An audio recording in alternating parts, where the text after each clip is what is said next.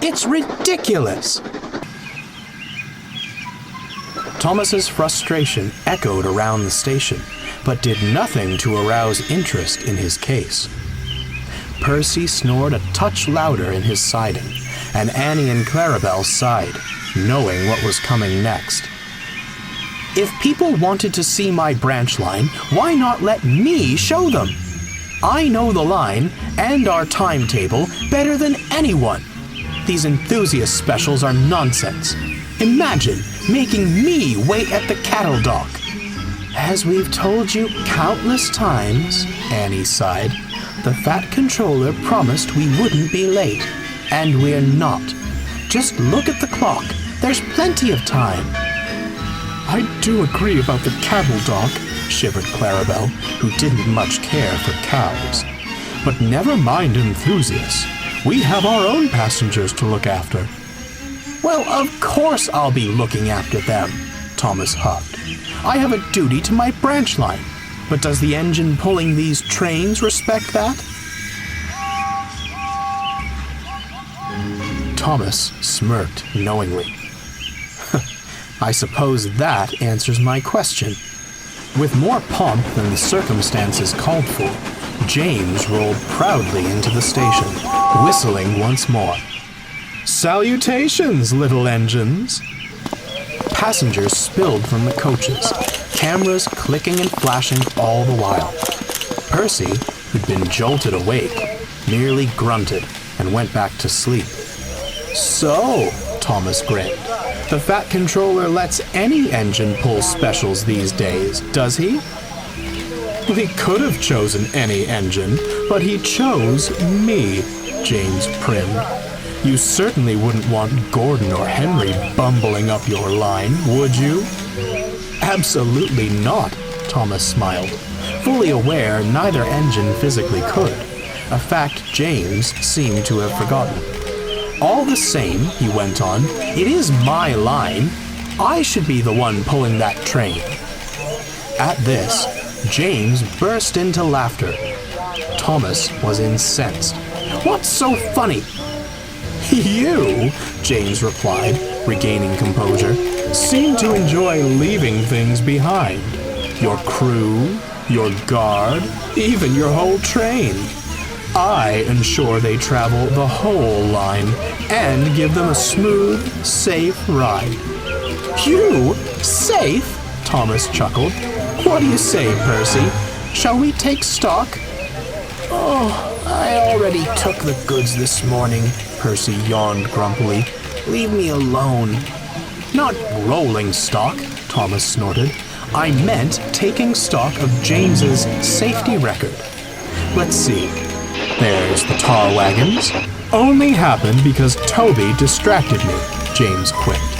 Slipping down Gordon's Hill. Well, I can't control the weather, can I? Your truck's breaking away on Gordon's Hill. Faulty coupling. Your truck's pushing you down Gordon's Hill. Behavior issues. Your brake block's catching fire. You're pushing it. The boot laces. And now you've crossed the line, James exploded.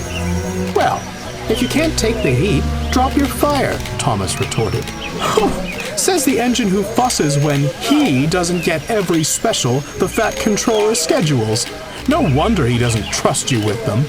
He clearly trusts me enough to give me my own branch line, unlike some engines I could mention. I'm the only reason you have a branch line to begin with, James sneered. Without me, you couldn't have toddled off to play the little hero.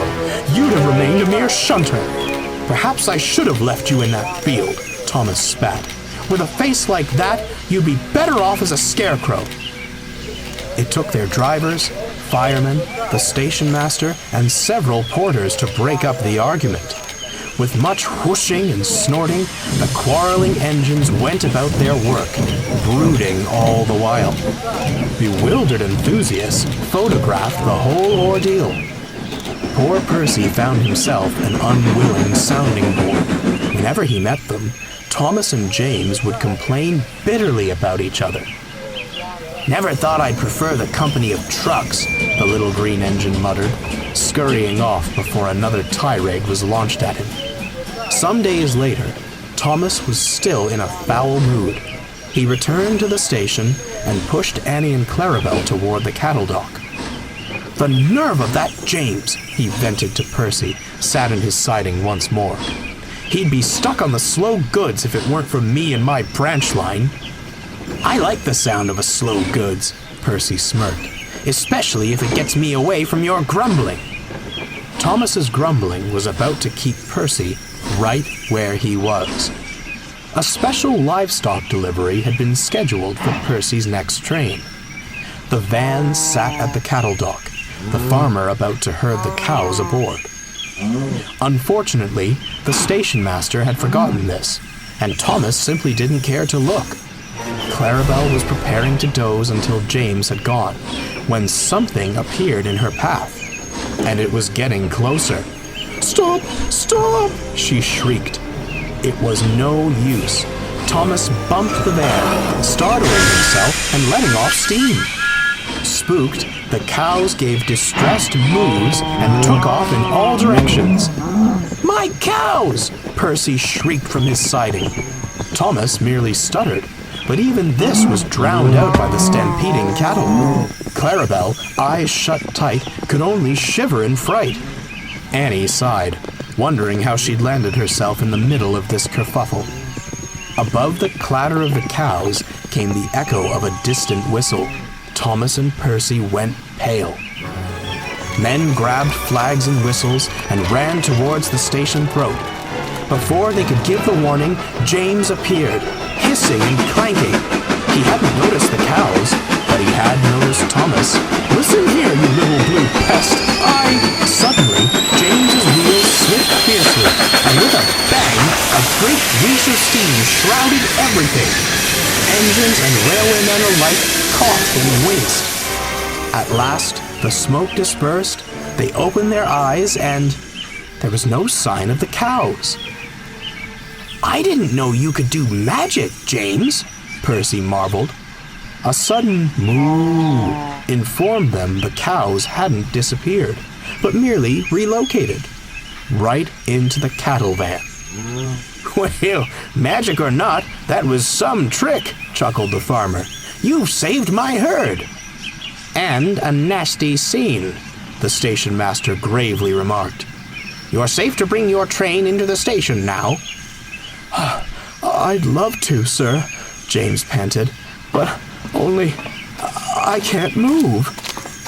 "It's your own fault," his driver chimed in. "With all that smoke and steam you made on the climb up, it's little wonder you ended up priming."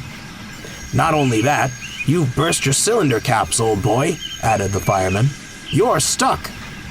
"Not for long. I'll help." Thomas scurried from his siding, ready to pull James and the coaches to the platform. Thank you," stammered James, disarmed. "Thank you," chuckled Thomas.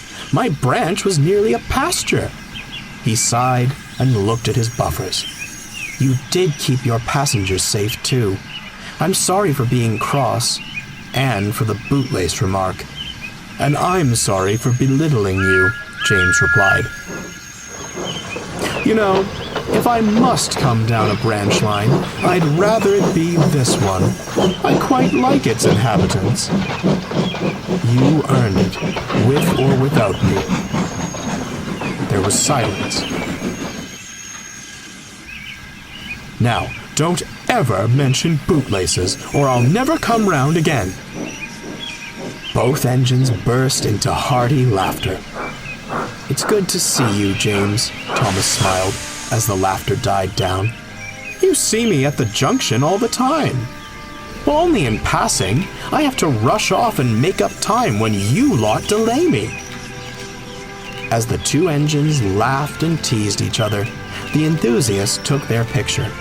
You could say they were merely photographing engines number 1 and 5 at work. However, I like to think they were immortalizing a story of how a small action resolved a big quarrel and made them friends once more.